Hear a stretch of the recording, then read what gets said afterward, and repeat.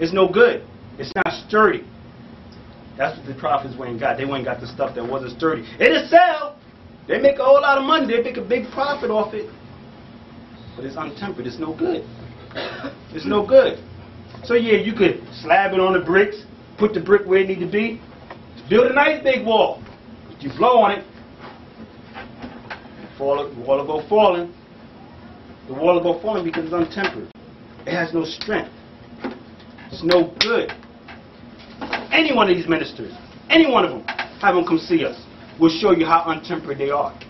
We'll show you because we hit them straight in the head with this word. With this word. They building you up with untempered mortar, brothers and sisters. Pay attention. Read on. Ezekiel 22 and 28. And the prophets have dubbed them with untempered mortar, seeing vanity and divining lies unto them. Saying vanities and divining lies unto them.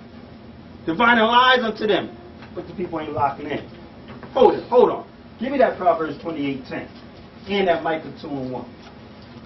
Because the people, first, give me that Micah 2:1 first, then the Proverbs 28.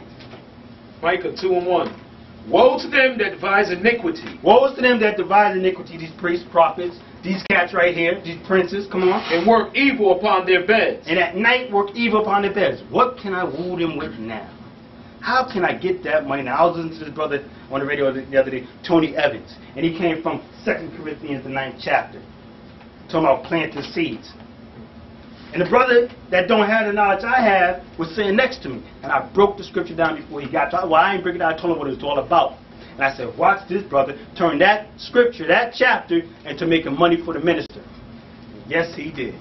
He was doing good. He was saying a whole lot of good things till the end, to the catcher. Was about where to sow your seed and how much to sow when you sow it. Yeah. What did he say? Well, you guys sow it to the ministers. To the ministers. So you can reap. So you can reap. Come on. Micah 2:1. Woe to them that devise iniquity and work evil upon their beds. When the morning is light, they practice it because it is in the power of their hand. Because they got rule over the whole congregation. So at night, they devised it.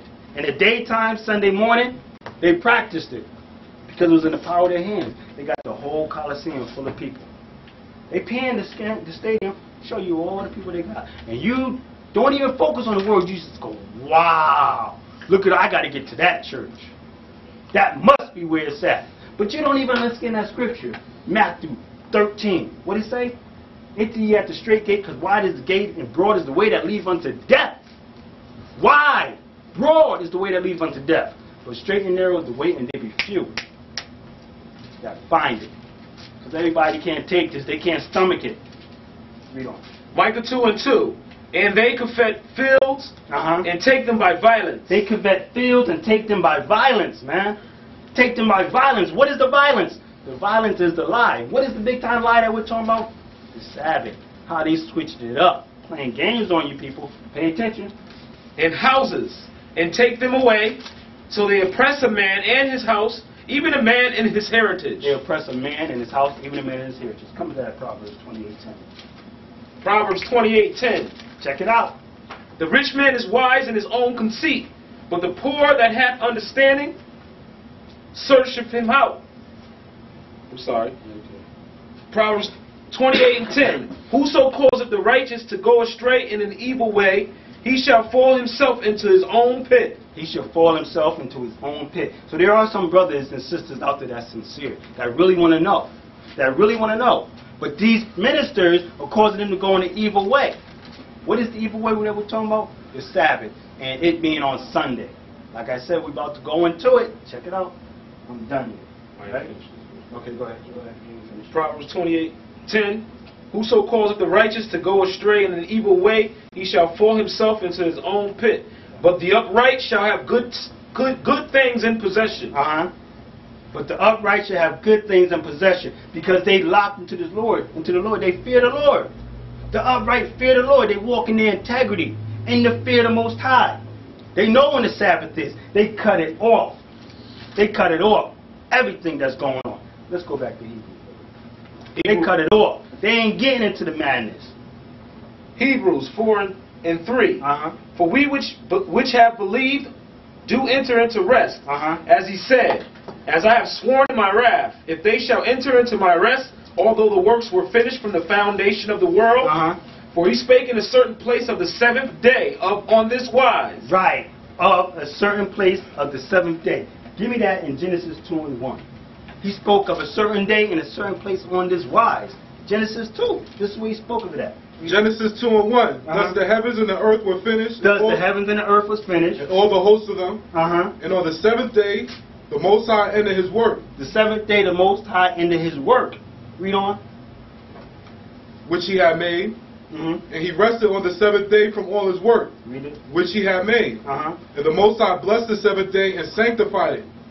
Because that in it he had rest from all his work. In it he had rest from all his work. He cut everything else off. So he blessed the seventh day. So he spoke about that day here in Genesis. And today, read that third verse again. Hebrews 4:3. Check it out, because there's a point in here. For we which have believed to enter into rest, as he said, as I have sworn in my wrath, if they shall enter into my rest, although the works were finished from the foundation of the world, for he spake in a certain place of the seventh day on this wise. Right, on this wise. We which do believe. We believe. So we do rest, man. Fourth verse. And the Most High did rest the seventh day from all his works. And in this place again, if they shall enter into my rest, verse 5, seeing therefore it remaineth that some must enter therein, and they to whom it was first preached entered not in because of unbelief. Right. Now, let me go back a verse. Because in that he said, for we which have believed, give me that James 1:21. James 1:21. For we which have believed. For we which have believed do enter into rest. So let's talk about belief. Real quick. James 1:21. James 1:21. Give me 22. James 1:22. But be ye doers of the word, Right. and not hearers only, deceiving your own selves. Right. Be ye doers of the word and not just hearers only. Because you said, I know about the Sabbath. Well, do it. Don't just hear it, do it. Because if you don't, you're deceiving yourself. You said you know about the Sabbath. The Lord tell you, they to whom it was first preached entered in not because of unbelief. Who is he talking about? Who is that they? They that died off in the wilderness. They that didn't believe. They that contend with Moses. They that contend with Aaron to make an idol. They was killed off. They didn't enter into the rest, into the promised land. So now we in this time today. Do we believe?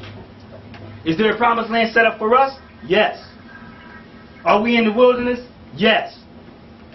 Are we provoking and making idols? Yes. Goes on.